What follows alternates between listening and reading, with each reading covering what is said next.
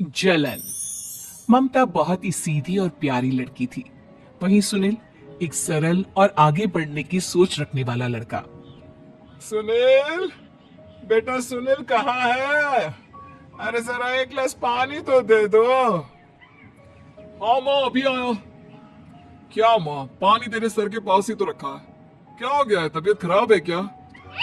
अरे नहीं नहीं, वो उठने का मन ही नहीं कर रहा था, तो देखा ही नहीं। वैसे क्या कर रहा है?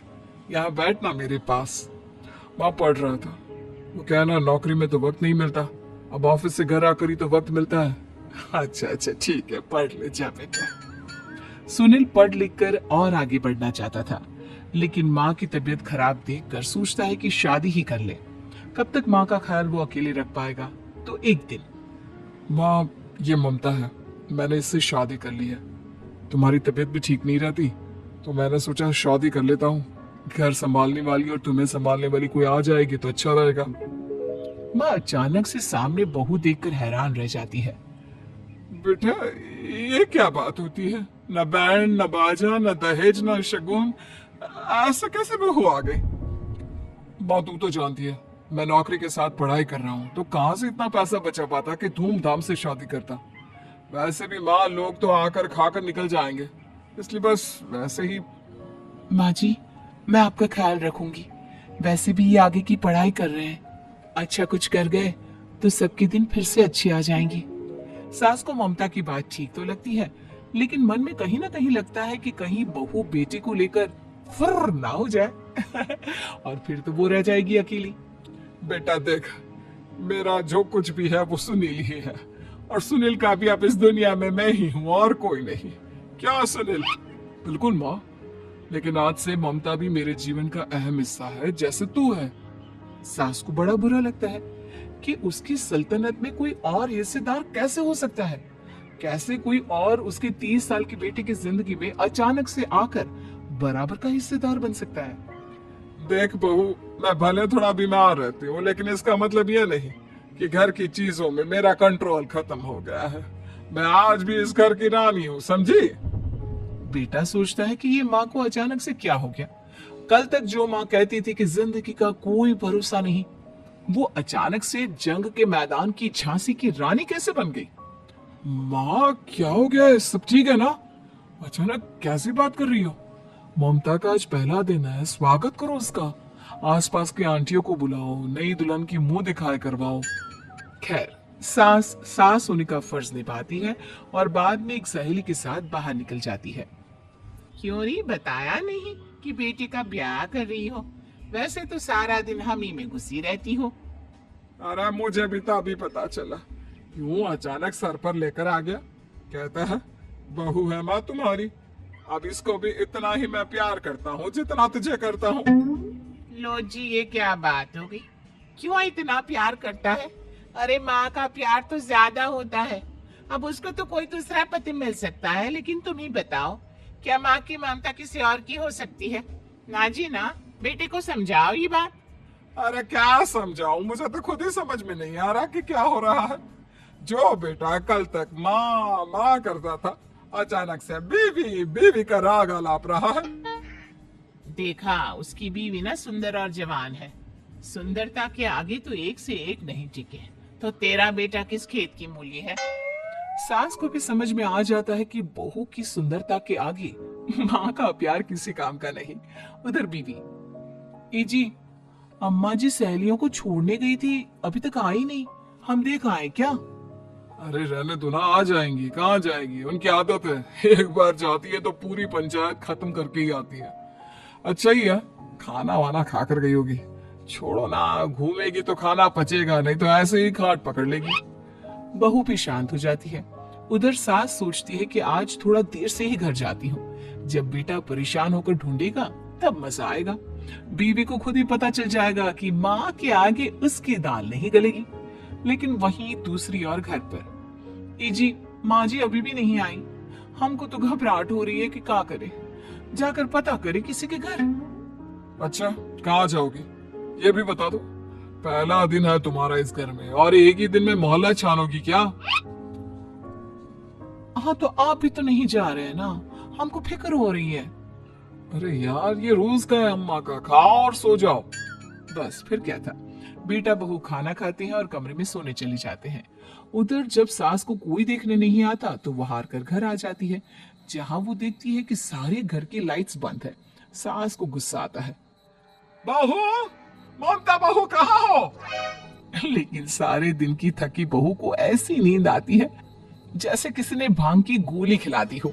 वो तो नहीं उठती। उठकर आ जाता है बेटा। क्या बात है अम्मा, काहे चिल्ला रही हो? अरे सो जाओ ना, सुबह की थकी है बहू, वो सो रही है। जोर से बोलोगी तो नींद खुल जाएगी उसकी। माँ को गुस्सा आ जाता है। फिलहाल तो सो जाती है, लेकिन मन ही मन ढेर सारा जहर बहू के लिए भरा होता है। सुबह बहू चाय बना रही होती है कि सास धीरे से गैस तेज कर देती है, जिससे चाय का बर्तन जल जाता है। और जैसे ही बहू चाय का बर्तन उठाती है उसका हाथ जल जाता है। मेरा हाथ जल गया। वो जोर जोर से चिल्लाकर इधर उधर भागती है कि सास थोड़ी देर में उसके हाथ में पानी डाल देती है। हाय रे बहू, क्या कर रही हो? पहली बार रसोई छुई हो क्या? सासू माँ गलती से गैस तेज रह गई थी और बर्तन जल गया, जिससे मेरा हाथ जल गया। हाय रे, कितना गंदा दाग। छी छी छी छी, मुझे तो उल्टी आ रही है तेरा गला हुआ मांस देखकर। तू ना मुझे अभी साथ से खाना मत लगाना। बहू भी खुद का हाथ देखती है तो उसे भी रोना आ जाता है। कुछ दिनों के बाद सास की सहेली आती है, बहू चाय बनाकर लाती है। उसके जाने के बाद सहेली कहती है, बहू की सुंदरता ऐसी है कि कोई भी दीवाना हो जाए। वैसे तेरे बेटे का क्या हाल है? अरे वैसा ही है, बहू के पीछे लड्डू। क्या करूं, कुछ समझ में नहीं आ रहा। मैंने तो बहू के चेहरे पर दिवाली के पटाखे की चक्री फेंक दी, उसका पूरा चेहरा जल गया। अब देखो ना रही सुंदरता, और ना ही अब मेरा बेटा उसे पूछता है। अरे अब तो वो उसे छोड़कर दूसरे भी देखने को बोल गया है मुझे। बहू सारी बात सुन रही होती है। आंटी एक बात बताइए, क्या भरोसा है कि दूसरी सही आए और आपके अनुसार रहे? देखिए आंटी, मेरी सासू माँ को गलत बात सिखाने की जरूरत नहीं है। हमारा परिवार साथ में खुशी से रह रहा है। देख बहू, मेरी सहेली की बेइज्जती ना कर, वही अच्छा रहेगा तेरे लिए, समझी? बहू नहीं मानती है। वो बार बार उनकी सहेली को घर से निकल जाने को कहती है। तभी सास की सहेली पास के चूल्हे से लकड़ी लाकर बहू के चेहरे पर लगा देती है। बहू जोर जोर से रोने लगती है। अरे ये क्या कर दिया? मैंने कहा किया, ये तो तूने किया। तू ही नहीं चाहती थी कि बहू बेटे के साथ रहे। भला मैं क्यों करूंगी? मैं तो चली, निपटो अब। बहू रो रही होती है, दर्द से चिल्ला रही होती है, लेकिन सास उसे डॉक्टर के पास नहीं ले जाती। तभी पति आता है। क्या हो गया ममता? ये दाग कैसे लगा? तुम कैसे जली? ममता कुछ नहीं कहती, बस दर्द से करा रही होती है। पति माँ की तरफ देखता है। हो ना हो माँ, ये पक्का आपका काम है। आप ही ममता से जला करती थी ना। देखना माँ, अब पुलिस आएगी, केस बनेगा, लेकिन पहले मैं ममता को अस्पताल लेकर जा रहा हूँ। सभी अस्पताल जाते हैं, जहाँ डॉक्टर ममता की सास से कहते हैं, आपने तो नहीं जलाया ना बहू को? अब ममता की सास के तो पसीने छूट रहे होते हैं। वो घबरा कर कहती है, ना ना डॉक्टर साहब, कैसी बात करते हैं? हम क्या जलाएंगे अपनी बहू को? डॉक्टर ममता के पति से पूछते हैं, देखिए, क्योंकि ये ससुराल में जली है तो मामला पुलिस का बनता है, तो आप पहले पुलिस को बुलाइए, तभी इलाज पूरा होगा। सास डर जाती है कि अब तो बच्ची जिंदगी जेल में ही रहना होगा। रहने दीजिए ना, पुलिस को क्यों बुलाना? सारी हंसी खत्म हो जाएगी जब पुलिस के डंडे पड़ेंगे। बहू को जलाना भले ही बहुत आसान हो, लेकिन उसके बाद सारी जिंदगी जेल की हवा खाना। सास डर जाती है। पुलिस आती है। पास लेटी दर्द से करा रही ममता स्टेटमेंट देती है। तो क्या हुआ? तो कैसे जली आप? ममता पास खड़ी सास को देखती है। बेटे बताओ, कैसे जल गए तुम? ओए, का किरण वाली शाहरुख, चुप, बिल्कुल चुप। सास चुप। सभी इंतजार करते हैं कि ममता क्या बोलेगी।